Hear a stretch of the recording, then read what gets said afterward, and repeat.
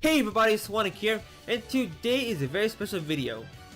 In celebration of the new Pokemon Sun and Moon games coming out, a fellow PokeTuber and Dexpert, Derek Triforce, has started the Pokemon Timeline tag. Here are the rules. Start with your timeline. Name your first Pokemon game to your most recent.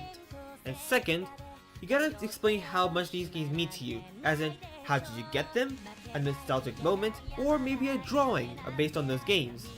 And 3, as usual, use both to tag 3 other people.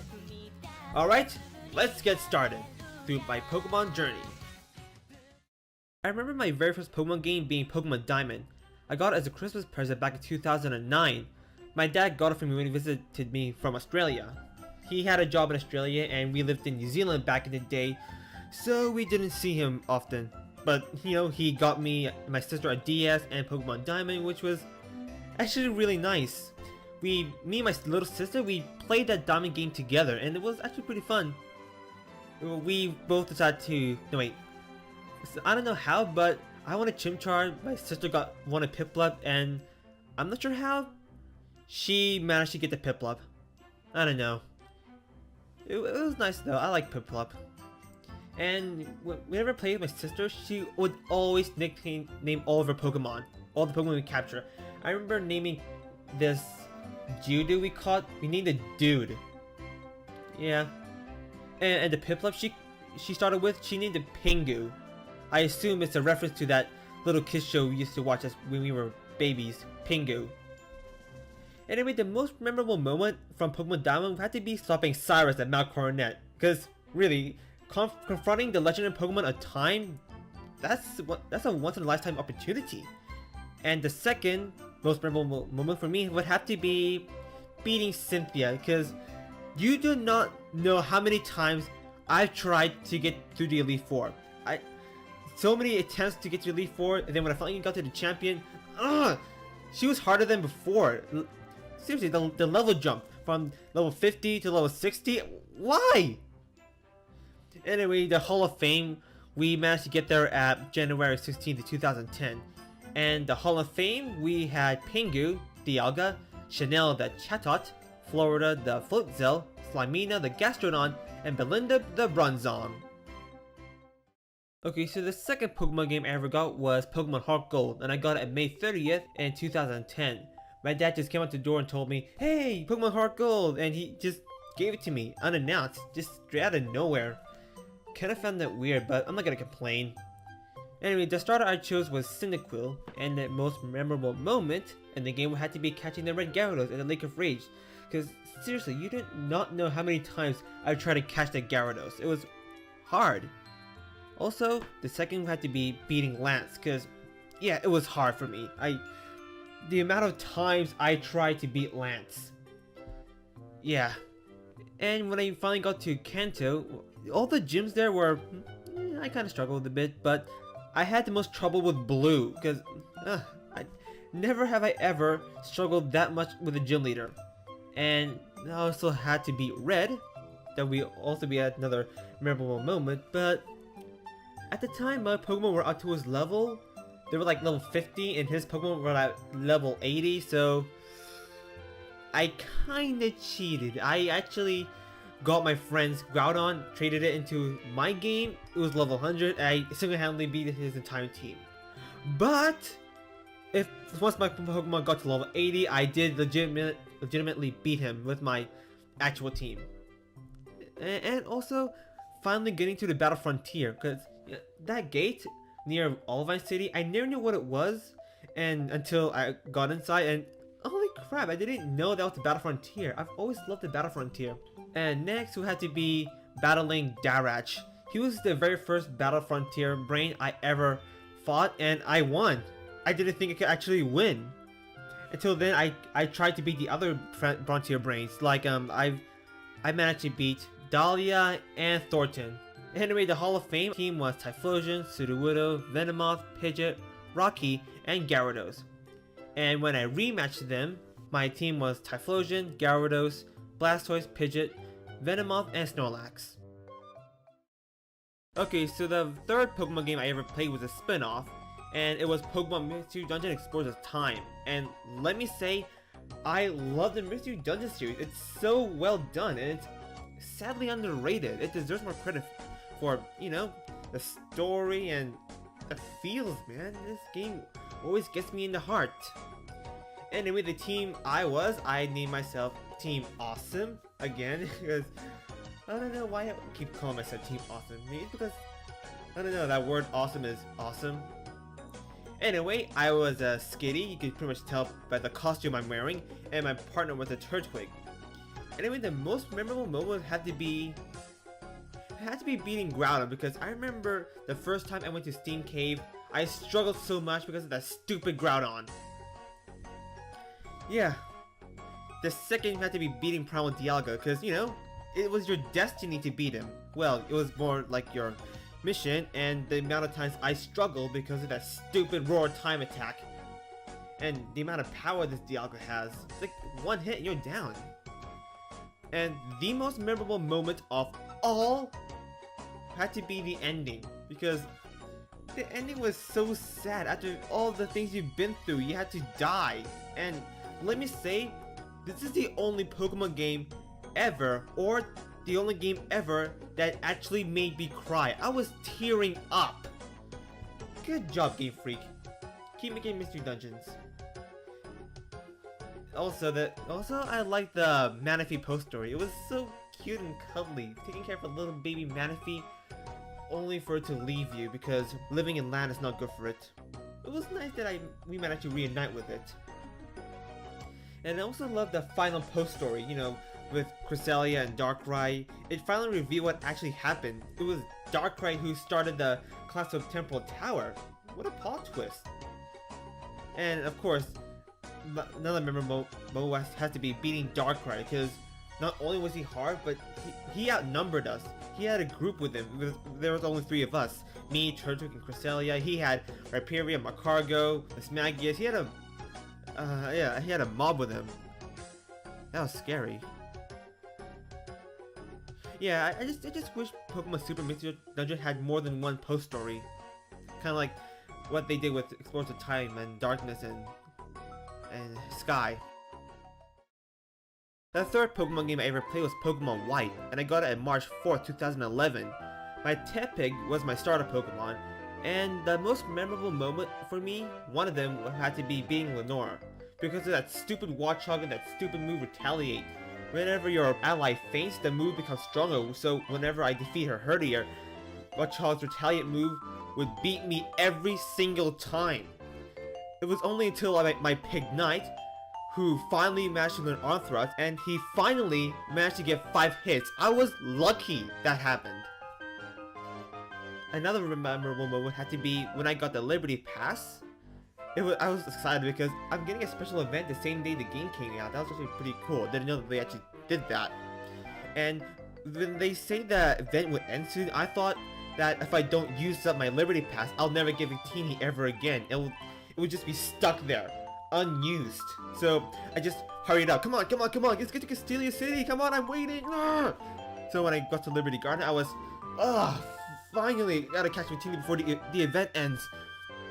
So I was fighting Team Plasma Grunts, and when I finally got to there, I was, you know, trying to fight it. I was trying to weaken it, and finally caught it. I was like screaming at the top of my lungs. Another memorable moment for me had to be beating Elise, because seriously, the amount of time she beat me because she keeps spamming Volt Switch, that was really, really annoying. Another had to be beating Clay, because at the time I thought that Excadrill was a rock and ground type. The Generation 5 was new at the time, so I didn't know that much about Excadrill, so my Pignite just kept using Arm Thrust again and again, but he still beat me every time.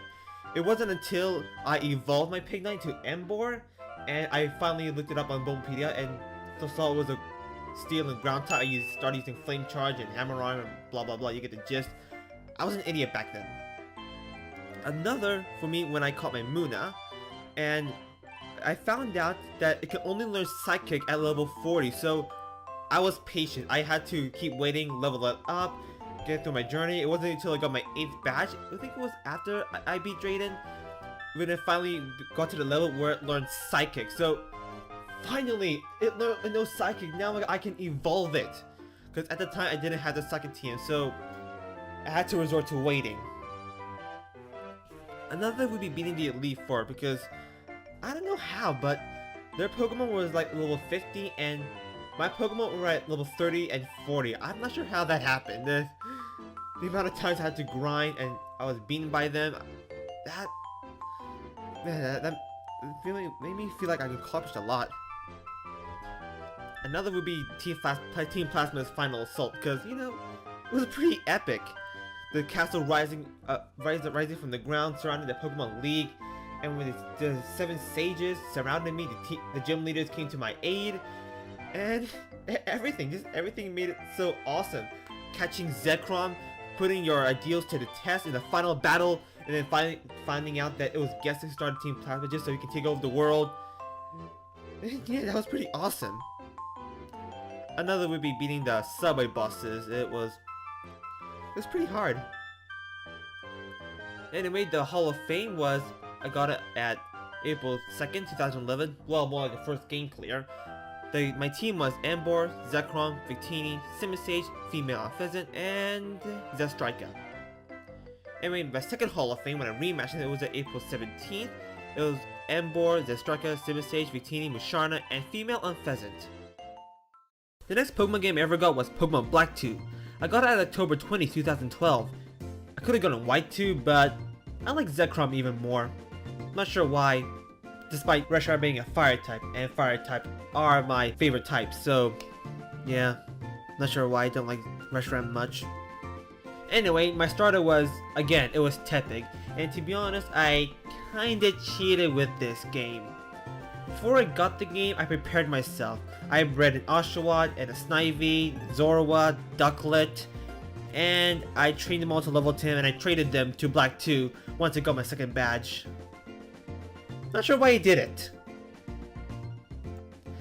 Anyway, one of the most memorable moments for me was meeting Team Plasma again. I was surprised they even came back. I stopped them before, I was surprised they made a comeback. Another was seeing how times changed, like Driftvale City used to be a mining company, a mining city. Now it's a hotel resort. I also like beating Elisa again. She still spammed Volt Switch. I loved her new gym though. That walkway made me feel fabulous. Another will be taking part in Neo Team Plasma's final assault. You know, when they landed in a giant chasm. Another will be beating Colress when I found out he was Team Plasma. Yeah, it was a big surprise. Also, I love fighting Black Hero. That cutscene was just epic. I just wish they made more of those cutscenes. Another would be finally beating Getsis. The final battle with him. That guy was a monster. He manipulated N just for his own goals, and it was satisfying to see him taken down once and for all, permanently getting rid of Team Plasma. That was satisfying. Another memorable moment would be beating the Elite Four. Again, I struggled. The amount of times they beat me. I also struggled beating Iris, mainly because her team is so strong and her teams are dragon types, which I hate. But I also love participating in the Pokemon World Tournament.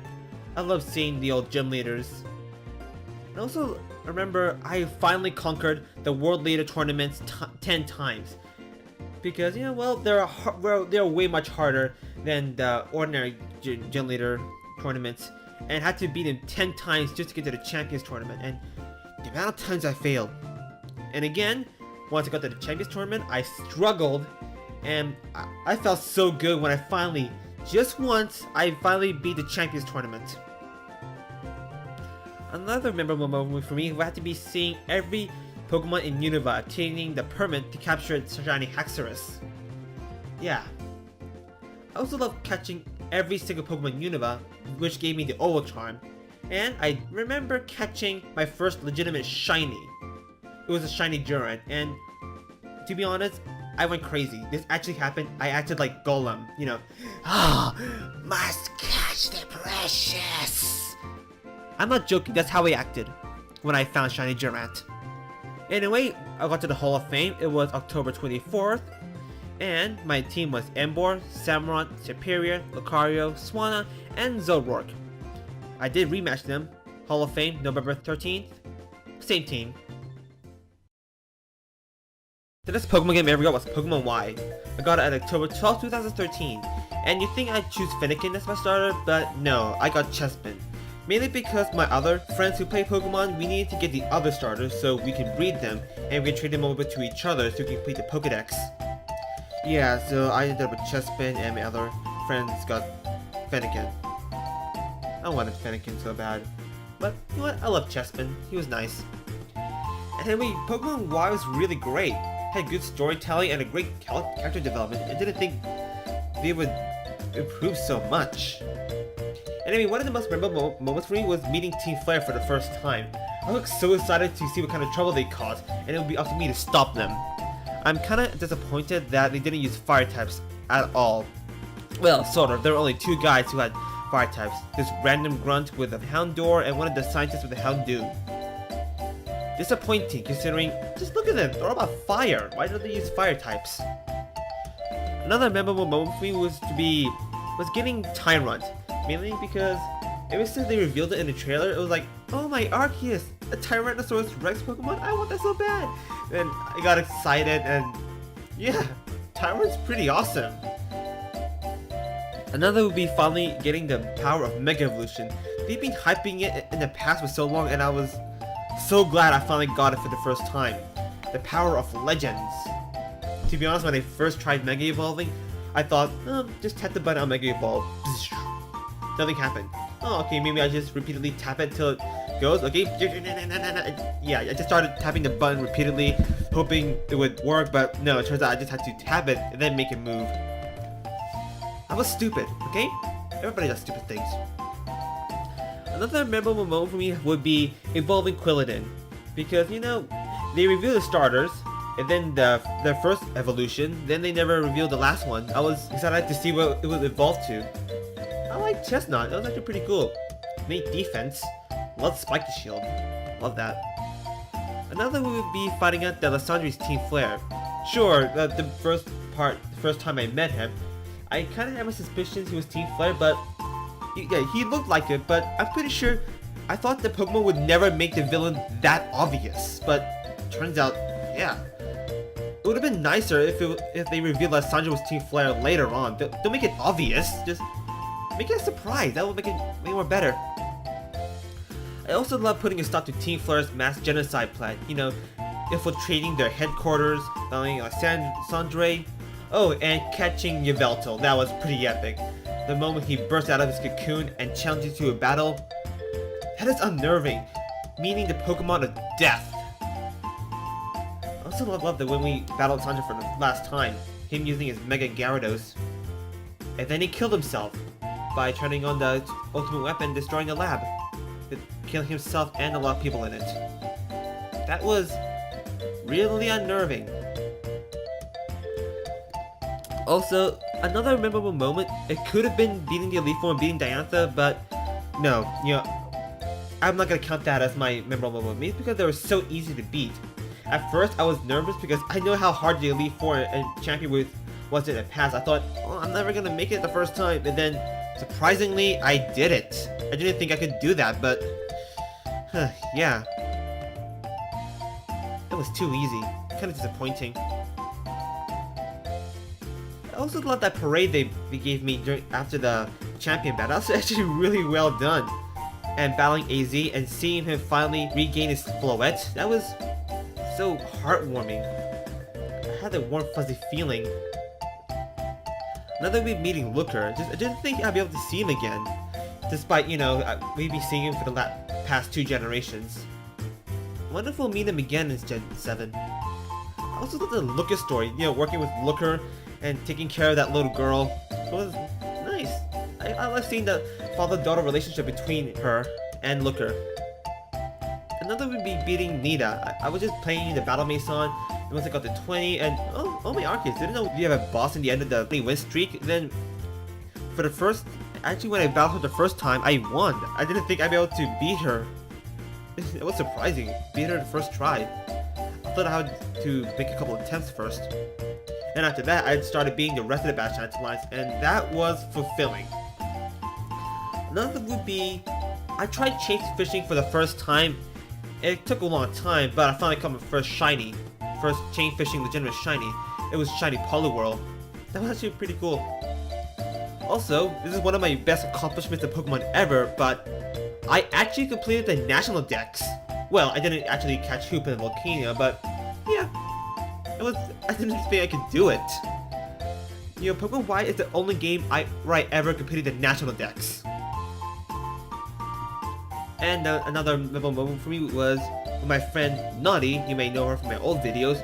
She started taking an interest in Pokemon, so me and my friend started teaching her. We bought her the game, and yeah, she's actually doing really well. I entered the Hall of Fame at October 13th, 2013. Yeah, a day after I got the game. I finished the game in 2 days. Either the game was too easy or I'm just getting better. Anyway, my Hall of Fame team was Chestnut, Charizard, Lucario, Tyrantrum, Scolipede, and Lapras. So my second most recent game is Pokemon Omega Ruby. I got it on November 21st, 2014. My starter was Torchic, and I also got the Shiny Beldum special event. And again, just like X and Y, it had great character development and story. I had the feels for I don't know how long. Anyway, one of the most memorable moments for me was catching Tailo with a Brave Bird attack and Poochyena with Ice Fang. I didn't know that was possible, catching Pokemon with egg moves. Another memorable moment would be fighting Maxie for the first time. I heard the music for the Aqua and Magma team leaders. It was kind of boring, but when I first heard Maxie's music, it surprised me. That bass drop, I could air guitar to that song for hours. Another would be finally attaining my Mega Bracelet. You know, I thought after beating Watson, the third gym leader, I would get my Mega Ring. But it's just like in the last game, you get your third badge, you get your Mega Ring. But no, I had to wait a little longer. Another memorable moment would be Groudon's awakening. Those cutscenes were just epic. Seeing Groudon burst from the lava and into the sea and trying to make his way through Sotopia City, that was pretty awesome. Also, that cutscene where you confront Groudon in that magma chamber and you see him go primal, that's when the adrenaline starts kicking in. Just Primal Groudon was so powerful. Just one hit and he takes out all of my Pokemon. Pretty powerful. And that rest attack that made things way harder. So yeah, another memorable moment would be catching Primal Groudon. Another would be beating Wallace, because that gym puzzle was hard, really hard. And plus, I hate water types. And hence my Electric just tanks everything. Another memorable moment would be beating Wallach, because just when you first meet him, he was just a sick, wimpy little boy. But now when you finally see him in Victory Road, you see how much of a badass he's become. His own epic battle music and his Mega Gallade. So, he's come so far. Another would be beating the Elite Four champion, and again, that was easy. One try, and yeah. Is Game Freak even trying anymore? I also love the end credits, seeing how the game keeps track of all your Pokemon. And when I see that scene and that Pokemon I used, oh yeah, I remember that. That was cool. Another would be beating May for the final time. It was great. You were walking and then you find the pond, which turns out to be the same pond in the title screen. That was the place of where you first battle her. That was actually really cool. Also, the Delta episode was pretty epic. Catching Rayquaza, beating Zinnia, and smashing into the Meteor, catching Deoxys. That was awesome! Most epic adventure ever. Of all time. Another memorable moment for me was Brandon and May's date to see the Leonids. That was actually really cute. It gave me the feels. And throughout the date, the cutscene, I was just like, just freaking kiss already! And I was disappointed to see that they didn't, kiss. You messed up there, dude. You got friend-zoned. Hashtag hoe shipping. Another would be beating the Battle Challenge Alliance all over again. That was awesome. And catching all the legendaries in the Mirage spots. Anyway, my Hall of Fame was November 22nd. Yeah, a day after I got the game. These games are getting way more easier. Anyway, my team was Mega Blaziken, Shiny Mega Metagross, Shiftry, Lantern, Swallow, and Mightyena. Okay, so my most recent Pokemon game right now is Pokemon Super Mystery Dungeon. I got it on February 20th, 2016. And again, just like the last two games, I love the character development and story. Wow, Gen 6 really knows how to make a good story. They're like Telltale games now. Anyway, my team was, you could probably tell by my costume, Tepig and Chespin. And I gotta say, I was surprised at how much harder this game was than the last Super Mystery Dungeon. It forced me to think smarter, not harder. I kept using ionis more than I did with my moves. Anyway, one of my most memorable moments was obtaining the Harmony Scarves, the time when Chespin gives you Harmony Scarf, and we wore it as a symbol of our friendship. I was all, oh, that moment was so cute and warm and cuddly, gave me that warm feeling in my heart. Man, Mystery Dungeon knows how to get you right in the feels. Anyway, another would be becoming members of the Expedition Society. I thought we would do that right at the start, but no, I had to wait a little longer. It was okay, I'm patient. Anyway, we were known as the Awesome. Another would be beating Entei. We were beating Entei and then we almost lost, and then our Harmony Scars helped us evolve to our final stages. That was actually really surprising. All the time I thought those were just dusty old scars, but all those time they were magical artifacts with special properties. Another would be realizing that Nutley was the villain after all. I mean, I didn't expect that. That guy saved me from a bunch of behemoths and gave me a home. Another would be that scene where I see Chespin jumping on flying rocks just to reach the Tree of Life. I can feel his determination just to save the world. That was awesome. Another would be seeing multiple legendary Pokemon stop the Tree of Life.